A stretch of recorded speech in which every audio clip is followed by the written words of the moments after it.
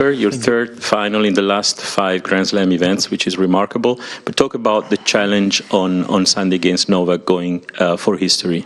Thank you. Yeah, it's going to be tough for sure. And he's playing for his 23rd. I'm playing for my first, so I'm going to just try to play without pressure and just try to enjoy the moment. I think that was my mentality last year as well, and it didn't go my way. So obviously I would like to try to do better than last year, but let's see if I've learned something from the 2 previous ones that I played last year, and it just feels great to be back. I mean, I didn't think or necessarily believe in the beginning of the tournament that I was going to be in the final. I gave it my best, of course, in every match. Took one match at a time, and tomorrow is going to be toughest challenge of the year for me, for sure, to play. On Sunday, to play Novak, and we're going to do our best to be ready and play our best level. Casper, congratulations from the Serbian media in making it the 2nd consecutive final at the Roland Garros. And you're facing a formidable adversary with whom you have a 0 or love 4 record without winning a single set. Have you been able to watch the match today, and can you make any deductions which could be useful for you for Sunday? Thank you. I didn't watch like everything. I watched some here and there. You know, obviously you're following to see when you have to warm up and stuff, but it was, in the end, unfortunate for Carlos. I think that he started to struggle with cramps and these things, I think it was. So looked like it was going to be a really, really tough and long match. And yeah, I think Novak has played great this tournament, and in the Grand Slams he always raises his level, so it's going to be a tough challenge. I have never beaten him before, so I'm going to have to try to come up with a better game plan, and just know that I'm going to have to play my best game, my A game, my best level that I've ever played if I want to have a chance against him, and I'm going to try to do that and try to play without too much pressure. That's sort of what I did today. I just went out, didn't think too much, didn't want to show too many emotions, either good or bad ones, so I was just in the zone, and let's see if I can keep this sort of feeling and mentality in for the final. Hi, Casper. You just said a couple of times you want to play without pressure on Sunday.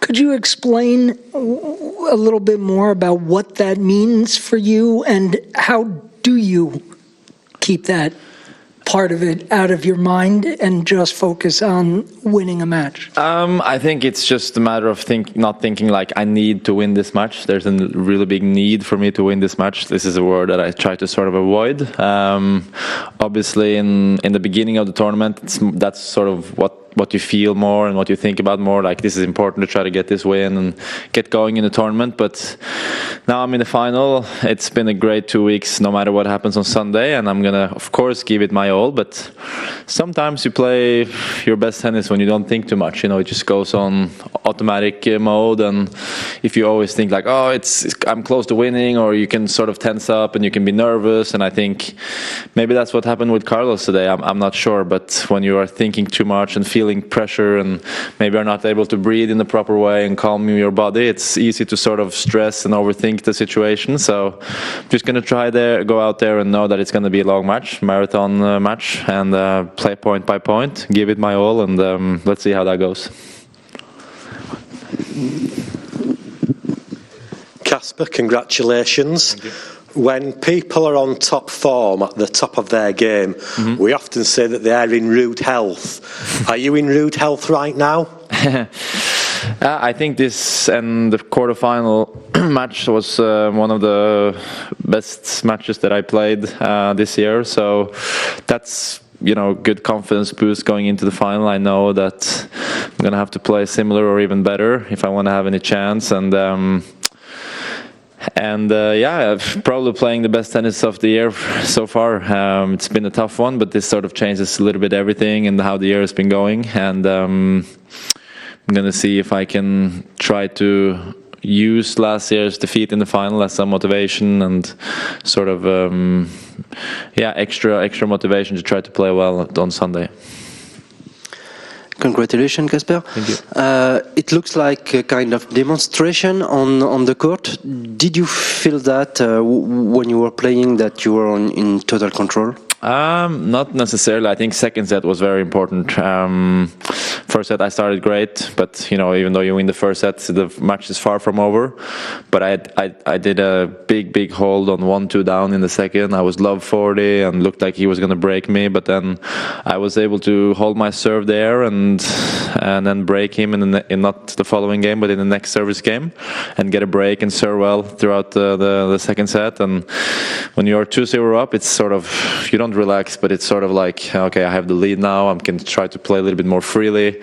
If I do some mistakes, it's fine. I mean, I still have the lead no matter what happens. But yeah, I think in the end it was obviously very nice to go out and serve at 5-0. It's much more comfortable than 5-4 or 6-5 serving. So you know that you have more chances if you were to get broken. But everything sort of went my way in the third set. I did some points where I did a lot of lobs and he was missing some overheads, and then I did some good passings and I was serving great. So in the end I felt very comfortable in a way, but you can never know. I mean, even though you're 5 love up, things can change, and with tennis it's not over until it's over. So I was trying to stay focused and finished the match in a good way with a nice forehand winner. Hi Casper, congratulations. You said that you play your best tennis of the year. Do you feel a change physically and mentally since the beginning of the tournament now? If it changed what, sorry? Physically, mentally, do you feel a difference? You feel better? Yeah, I think it's easier the longer you go on. Of course, you can see the sort of, now I'm in the finals, so I'm going to go out there, and when I go out on Sunday, the trophy is going to be there. It's going to be like, whoa, different feeling. But I'm just going to try to play without, like I said earlier, too much emotion. I think that's when I can play my best tennis, when I don't overthink the situation and think too much about that I have to win this match. Because then things go on automatic mode, and that's when you play in practice. That's sort of when I think many players can play very, very good, when they are thinking that this is just, a practice match or whatever. It's easier to sort of play calmly, so that's my goal. But yeah, of course, if I was to maybe win a set or be closer to victory, of course you're going to feel the nerves, and then it's important to be mentally prepared. And I'm going to try to visualize myself in both winning and losing situation on Sunday, and see if I can have a game plan ready.